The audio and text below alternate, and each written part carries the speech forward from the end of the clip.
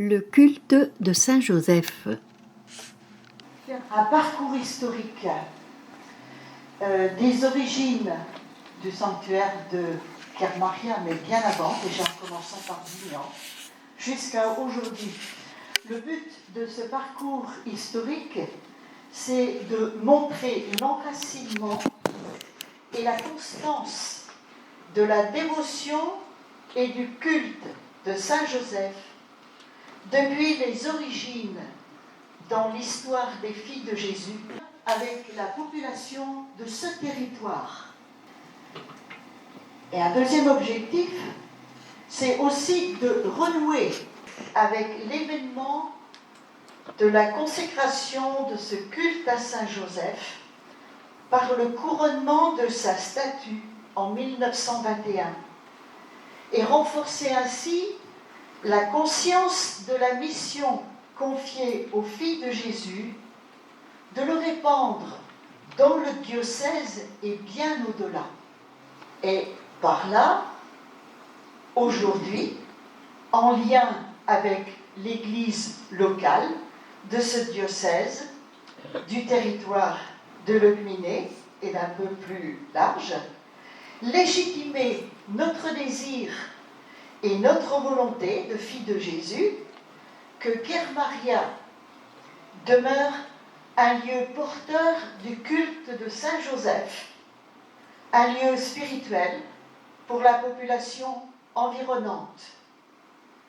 Alors les différentes étapes que nous allons suivre, donc le culte de Saint Joseph dans l'Église, le culte de Saint Joseph dans la congrégation, depuis les origines jusqu'à la construction de la chapelle, le couronnement de la statue de Saint Joseph. Pourquoi reparler de Saint Joseph aujourd'hui?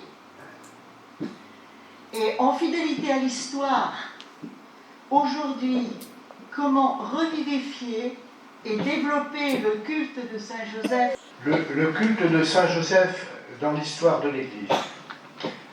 Dans l'Église, Saint Joseph a toujours été prié. Mais le culte organisé autour de ce saint s'échelonne sur des siècles. C'est en 1481 que le pape Six IV demande que le culte de Saint Joseph s'étende à toute l'Église. La fête est fixée au 19 mars. En 1870, Pie IX déclare officiellement Saint Joseph patron de l'Église universelle. En 1889, Léon XIII déclare Saint Joseph patron des pères de famille et des travailleurs. En 1955, Pie XII institue la solennité de Saint Joseph artisan et place cette fête le 1er mai. En 1962, Jean XXIII place le Concile Vatican II sous la protection de Saint Joseph et demande que son nom soit intégré dans le canon de la messe. Ce n'est qu'en 2013 que son nom figurera dans les diverses prières eucharistiques. Le 8 décembre 2020, le pape François publie la lettre apostolique Patris Cordé pour commémorer le 150e anniversaire de la proclamation de Saint Joseph comme patron de l'Église universelle, et il lui dédie une année. Par le pape François. Le culte de Saint Joseph dans la congrégation, depuis les origines jusqu'à la construction de la chapelle. La congrégation naît à Bignan en 1834. À cette époque, Saint Joseph était peu connu dans la région. Rares étaient les statues dans les églises, plus rares encore ses images dans les familles. Mais dès les origines de notre congrégation, les premières supérieures se tournent spontanément vers Saint Joseph avec confiance. En 1852, à un moment critique et difficile, Mère Marie de Saint-Charles, supérieure générale, dédie à Saint Joseph la première maison de Bignan. Elle l'appelle Maison de Saint Joseph de Bignan. Marie, ayant été choisie à perpétuité comme première patronne de la congrégation, Saint Joseph sera reconduit d'année en année patron de l'année. Quand la maison de Bignan devient trop exiguë et qu'il faudra trouver un nouveau lieu pour établir la maison principale, c'est sur Saint Joseph que l'on comptera. En 1860, Mère Marie de Saint-Charles écrit « Mon désir est de tenir de Saint Joseph la maison principale qui devient de plus en plus indispensable. » Et l'acte de vente de Lanvraz fut signé le 30 avril 1860. Lors du transfert de Bignan à Kermaria, la statue de Saint Joseph sera du convoi. Et lorsque le chemin devint impraticable, c'est une sœur Marie Isidore, qui la portera jusqu'à l'emplacement actuel. Saint Joseph fut donc le premier à prendre possession de Lanvraz Kermaria. Avant la fondation de Kermaria, à Locminé, il existait la chapelle de la Congrégation des Hommes, dédiée à la Sainte Famille. Elle possédait une statue de Saint Joseph en bois.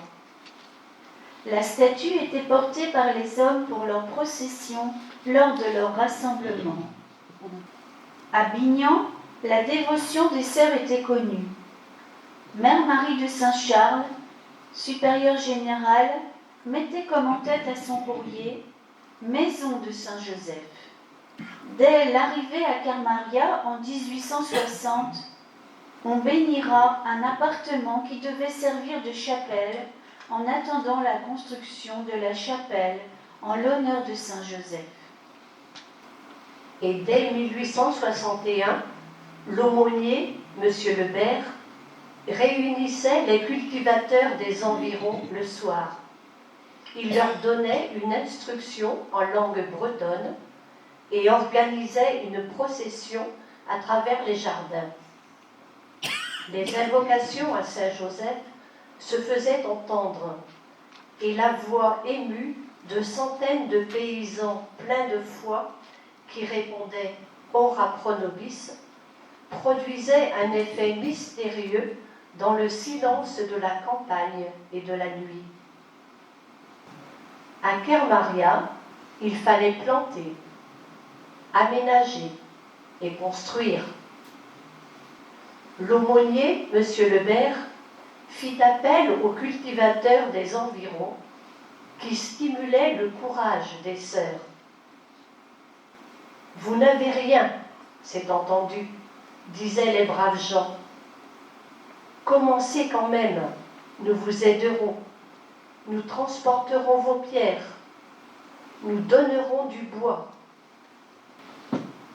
Mais construire une chapelle, Saint Joseph guidera toujours les ouvriers lors de la recherche d'une carrière de pierre et de sable. Mais comment trouver l'argent pour commencer les travaux? On fit bénir une pièce de 5 sous qu'on déposa avec les 2000 francs donnés par le Père supérieur dans une boîte avec l'image de Saint Joseph. Et l'on se mit à l'œuvre, comptant sur Saint Joseph pour faire le reste. Des images à 7 sous furent aussi mises en vente. Cette opération rapporta beaucoup d'argent et fit grandir la dévotion à Saint Joseph. Les images à 7 sous, c'était en l'honneur des 7 douleurs et des 7 allégresses de Saint Joseph. Face aux difficultés sans nombre, à une époque où tout était à créer et à structurer dans la congrégation, les premières responsables sentaient le besoin d'un secours particulier que Saint Joseph ne pouvait manquer de leur accorder. Une prière à celui que l'on n'invoque jamais en vain, et les créanciers se montraient moins avides, et les ressources nécessaires étaient procurées comme par miracle. Saint Joseph était consulté et invoqué en tout. En 1867 eut lieu la consécration de la chapelle à Saint Joseph de Kermaria par Monseigneur Bessel, en présence d'une grande affluence. L'évêque remercia vivement les populations avoisinantes pour leur dévouement. Pas un seul villageois qui n'y ait participé. La vie des sœurs va s'enraciner à Kermaria et la dévotion à Saint Joseph se répand et rayonne de plus en plus loin. Mais de là à couronner sa statue, c'est monsieur le chanoine Buléon, curé de la cathédrale de Vannes, qui est le premier à avoir lancé cette éventualité. Il avait lui-même une dévotion particulière à Saint Joseph. Il en faisait remonter l'origine aux filles de Jésus qui étaient à Plumergate quand il était enfant. Représentant le diocèse de Vannes au couronnement de Saint Joseph de Beauvais en 1900, au retour, il écrivit à la mère générale, mère Marie de Sainte-Blandine. Il partagea avec elle sa flamme pour Saint Joseph et lui suggéra de constituer un mémorial des bienfaits accordés par Saint Joseph à la congrégation et à chaque sœur, et de noter ce que la congrégation et chaque sœur a eu le bonheur de faire pour lui. Cette proposition aboutira en 1919. Alors on peut partager 3 exemples de ce que ce mémorial va contenir, donc de la part des sœurs, de ce qu'elles ont reçu de Saint Joseph, de ce que Saint Joseph a fait pour elles. Un témoignage d'une sœur, infirmière dans les hôpitaux pendant la Grande Guerre. J'ai pu constater la protection toute puissante et toute fraternelle de Saint Joseph par le retour à Dieu de certains soldats blessés qui m'avouaient confidentiellement n'avoir jamais approché les sacrements depuis très longtemps et pour lesquels je priais Saint Joseph. Un d'entre eux, m'écrivant après son départ de l'hôpital, ne signait que ces mots: celui que vous avez sauvé. Les nombreux mourants que j'ai assistés, à part un athée, ont tous fait une mort chrétienne et paisible grâce à la protection de Saint Joseph. Un autre d'un tout autre genre, mais que personnellement j'ai entendu d'autres sœurs, pas si longtemps dans le temps, avoir vécu la même expérience en pays étranger particulièrement. Voici le fait, donc on trouve dans le mémorial. Un soir, rentrant d'un long voyage, traversant une grande lande, ma mère s'était égarée. Elle eut beau regarder et chercher de tous côtés, impossible de s'y reconnaître. Dans son anxiété, elle pria Saint Joseph de venir à son secours. Aussitôt, elle aperçoit un vieillard qui arrive près de la voiture, prend la bride du cheval et le conduit dans le droit chemin. Ma mère, reconnaissant alors sa voix, veut remercier son bienfaiteur. Il avait disparu. Un autre exemple pris dans ce mémorial, un dernier, c'est surtout à Baden, dit la sœur, que j'ai eu occasion de constater qu'on ne prie jamais Saint Joseph en vain. C'était en 1875. Une mère de famille au désespoir vint me trouver pour me confier sa peine. Ne sachant plus que devenir en la compagnie d'un mari ivrogne et brutal, voyant que ses jours n'étaient plus en sûreté, elle avait résolu de le quitter. J'engageai la pauvre malheureuse à reprendre courage et lui conseillai de s'unir à moi pour faire une neuvaine à Saint-Joseph pour la conversion de son mari. Le 7e jour de la neuvaine, cette femme revint toute joyeuse, m'annonçant que son mari, tout confus de sa conduite passée, était revenu à de meilleurs sentiments. La conversion se continua grâce à Saint-Joseph, telle que l'a prouvé la nouvelle conduite de cet homme, et toute la famille, naguère si malheureuse, devint plus unie que jamais, et les deux époux ne firent plus qu'un dans la suite. En 1907, Monseigneur Duparc, originaire de Lorient, est nommé évêque de Quimper. On rappelle alors sa guérison qu'on attribuait à Saint Joseph grâce aux prières des sœurs de Kermaria. En 1910, il est dit qu'en Bretagne, Kermaria est la capitale du culte de Saint Joseph. En novembre 1919, Mère Marie de Sainte-Blandine adresse une circulaire aux sœurs sur le culte de Saint Joseph et répond ainsi à la suggestion de M. Buléon en 1900. Le 1er mai 1920, une supplique est adressée à Rome et signée de chaque membre du Conseil général de la congrégation pour solliciter du Saint-Père le couronnement de la statue de Saint Joseph de Kermaria. Monseigneur Gouraud, évêque de Vannes, se rendant à Rome pour une visite canonique, prit la lettre de Mère Marie de Sainte-Blandine. C'était le 50e anniversaire du patronage de Saint Joseph sur l'Église universelle. La faveur sollicitée fut bien vite accordée. Dès le 28 juin 1920, un bref de Rome autorisait l'évêque de Vannes à célébrer cette solennité. Nouvelle que l'évêque officialisera le 5 avril 1921. La lettre pastorale de Monseigneur Gouraud, à l'occasion du couronnement de la statue de Notre-Dame de Kelvin et de la statue de Saint Joseph de Kermaria, fut publiée le 2 juillet 1921.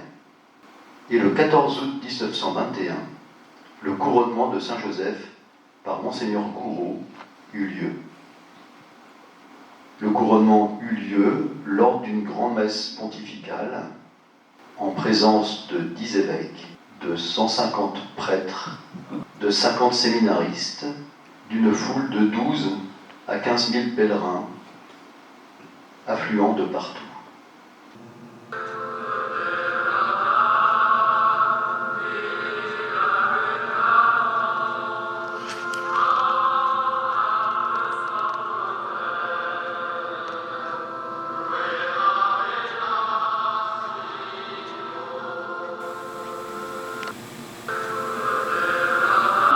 Chargé de répandre le culte de Saint Joseph dans les familles, les écoles, près de ces malades, les filles de Jésus vont désormais distribuer une nouvelle image qui remplacera les images à 7 sous en 1923. Des images de souvenirs ou de simples feuilles imprimées propagent des prières en l'honneur du chef de la Sainte Famille. Pendant de longues années, le 19 mars et le 3e dimanche de Pâques, en la fête du patronage de Saint Joseph, des centaines de pèlerins ont accouru, venant de Bretagne et d'ailleurs, surtout de là où ont été implantées les filles de Jésus. Depuis que fut instaurée la solennité de Saint Joseph artisan en 1955, le pardon de Saint Joseph est célébré le 1er mai, avec la présence plus ou moins importante d'enfants, de jeunes, de familles. Certaines années, des activités adaptées ont pu leur être proposées.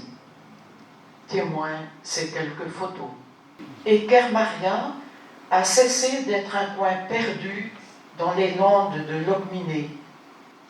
C'est un lieu où des prêtres, des enseignants, des enfants, des jeunes, des mouvements d'action catholique, des services de santé viennent pour réfléchir, pour marquer une étape dans leur parcours vers les sacrements, pour se recueillir, prier. Pourquoi reparler de Saint Joseph aujourd'hui ? La célébration du centenaire du couronnement de Saint Joseph le 14 août 1921, la relecture de la lettre pastorale du 2 juillet 1921 de Monseigneur Gouraud, la visite pastorale du doyenné de Locminé en décembre 2022 nous ont interpellés et encouragés à travailler avec des laïcs pour revivifier le culte de Saint Joseph dans la région et pourquoi pas plus largement dans le diocèse. Quelques passages de la lettre de Monseigneur Gouraud qui viennent conforter cette démarche. Ce n'est pas à un institut particulier qu'a été concédée la faveur du souverain pontife Benoît XV. Elle vise le diocèse de Vannes tout entier. L'Église, en autorisant à rendre hommage par le couronnement au statut de ses saints, veut confirmer et étendre le culte que nous leur rendons. C'est une sorte de consécration donnée à ce culte. Le couronnement constitue le peuple de la région, gardien officiel de ce culte. Les raisons qui ont incliné le souverain pontife à accorder cette insigne faveur ne se trouvaient ni dans l'ancienneté du lieu du culte, ni dans le caractère artistique de la statue. Le souverain pontife a voulu récompenser le zèle de modestes religieuses qui se firent, sans le savoir, les continuatrices d'un culte un peu délaissé. Il était réservé aux filles de Jésus de le ressusciter chez nous, en s'en faisant les apôtres en Bretagne et jusque dans le Nouveau Monde. Nous ne trahirons pas la pensée de Pie X, ni la bienveillance paternelle de Benoît XV qui, l'an dernier, voulut bien nous autoriser à couronner la statue de Saint Joseph de Kermaria, en vous disant que par ces privilèges, les papes ont voulu récompenser l'esprit religieux de notre diocèse. Ils savaient pouvoir compter sur vous tous pour garder et développer le culte de la Sainte Vierge et celui de Saint Joseph. En 1921, ce couronnement a été reçu par les filles de Jésus comme une mission. Propager le culte de Saint Joseph dans tous les lieux où elles œuvrent, et un appel pour elles à l'imiter dans sa foi, sa disponibilité pour accueillir ce qui arrive. La 8e édition de la règle de vie de 1983, en fidélité à l'histoire de nos devancières, nous rappelle que Saint Joseph demeure pour nous un exemple sur nos chemins de foi. Associés au mystère du Verbe incarné, Marie et Joseph nous apprennent, par leur humilité et leur foi inébranlable, à vivre la suite du Christ dans l'abandon filial au Père et la disponibilité à l'Esprit. En 2020, La lettre apostolique du pape François Patrice Cordet, réaffirmant la place si particulière de celui qui fut sur le chemin humain de Jésus, l'image et le visage de son Père du ciel, nous a particulièrement réjouis.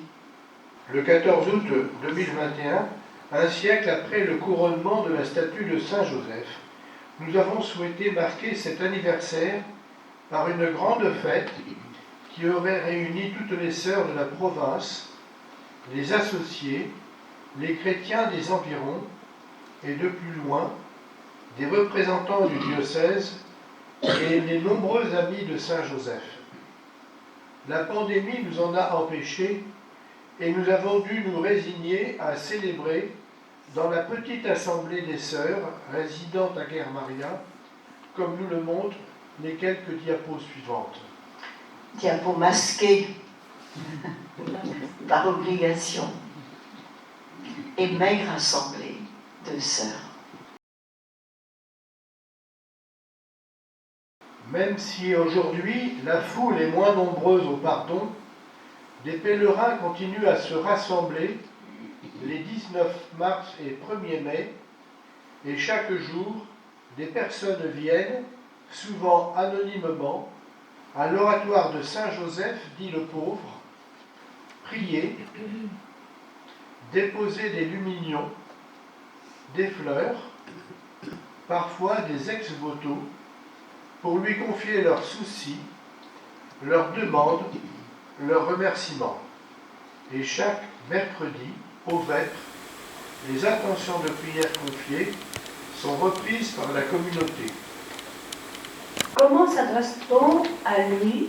Sous quel vocable? D'une manière habituelle, c'est tout simplement Saint Joseph. On trouve aussi bon Saint Joseph, mon bon Saint Joseph. Saint Joseph, patron des choses impossibles, au bienheureux Saint Joseph.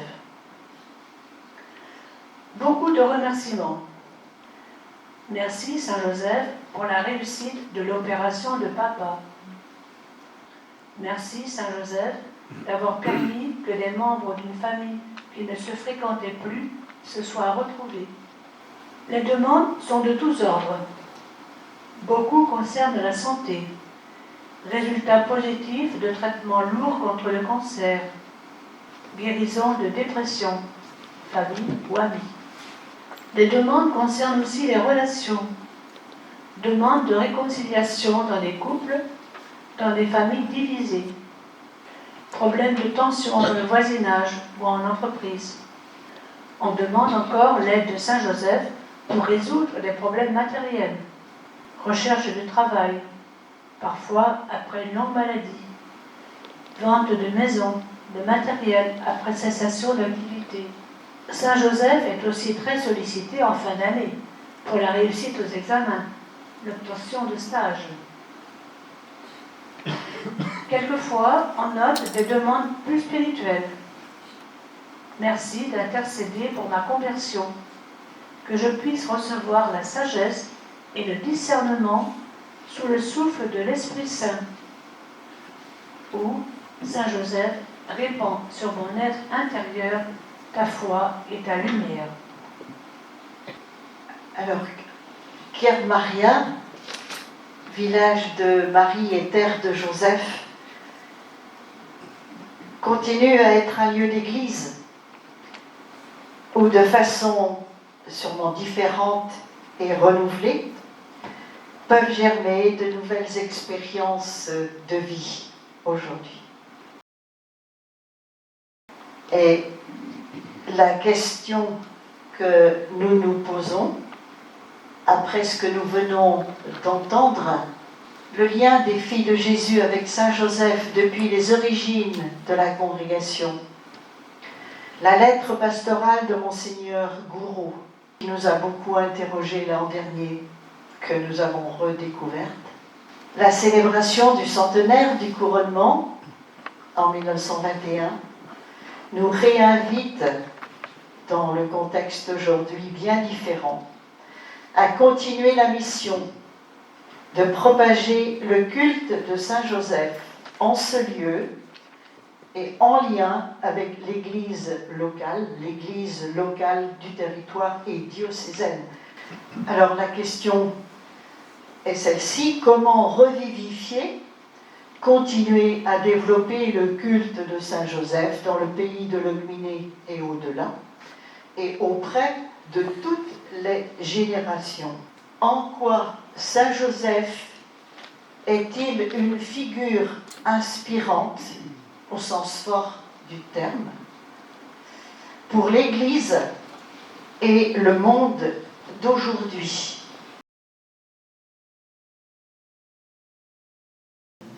Salut, gardien du Rédempteur, époux de la Vierge Marie. À toi, Dieu a confié son Fils. En toi, Marie a remis sa confiance. Avec toi, le Christ est devenu homme. Ô bienheureux Joseph, montre-toi aussi un Père pour nous et conduis-nous sur le chemin de la vie. Obtiens-nous grâce, miséricorde et courage, et défends-nous de tout mal. Amen. Prière du pape François Patrice Cordet.